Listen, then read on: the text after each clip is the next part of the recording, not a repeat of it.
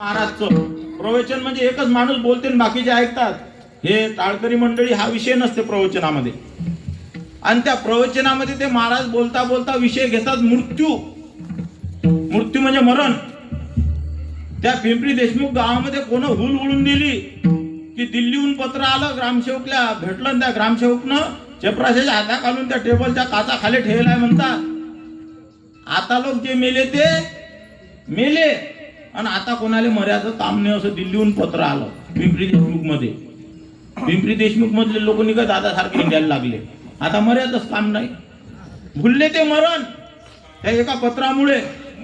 पण ते महाराज बोलू लागले, मरना हक का पाना है, जीना उधार आना है. जिंदगी तो बेवफा एक दिन साथ छोड़ जाएगी, मौत महबूबा साथ अपने ले जाएगी. मृत्यू समजावून सांगणं सुरू केला. मग लोकांना समजलं, रे बाबा मरा लागते रे भाऊ, ते पत्र चाट आहे.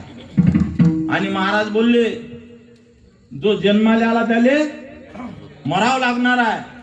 आणि या पिंपरी देशमुख मधला तर एकही वाचणार नाही, कारण प्रवचन त्या पिंपरीत चालू असते. मग काय लोकांना समजून जाते की बाबा आता मरा असता. अशीच महिलांची संख्या तिथं जास्त होती. त्या महिला हळव्या असतात. त्यातल्या काही महिला रडणं चालू करतात. आता मरा असतात मर्याच्या भीतीनं. एक महिला रडते, दुसरी रडते, बंद्या बाया रडतात.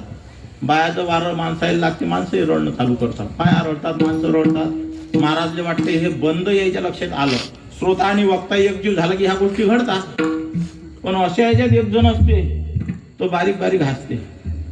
तो रडतही नाही, हसतही नाही, फक्त असे काहीतरी दात दाखवते. महाराजले वाटते यायले सबनायले समजलं, याले समजून नाही राहिले. ते आता कान बंद असेल, याला ऐकूच येत नसेल, तर समजायचा काय संबंध आला.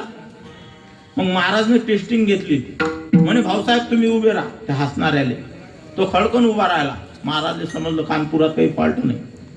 म्हणे हे सबन लोक भिवू राहिले मर्याच्या भीतीनं, रडू राहिले. रडूही नाही राहिला, हसूही नाही राहिला, बारीक बारीक दात दाखवतो. तुला भेव लागत नाही का मर्यादा? म्हणे महाराज मी तर भलतीचा भेकाळा. म्हणे मग हे असं कसं काय होऊ राहिलं?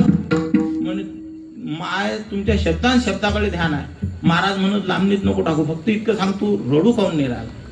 म्हणे महाराज मी पिपरीचा न, मी या गावात पाहुणा हाव.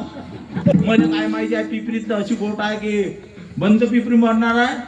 अरे मी त्या मामूल वाडीचा आहो ना. म्हणे मी रातच्या चाट देतो, बेकार आहे म्हणे हे पिपरी. अटी सबन लोक मरणार आहे तुम्ही सांगितलं.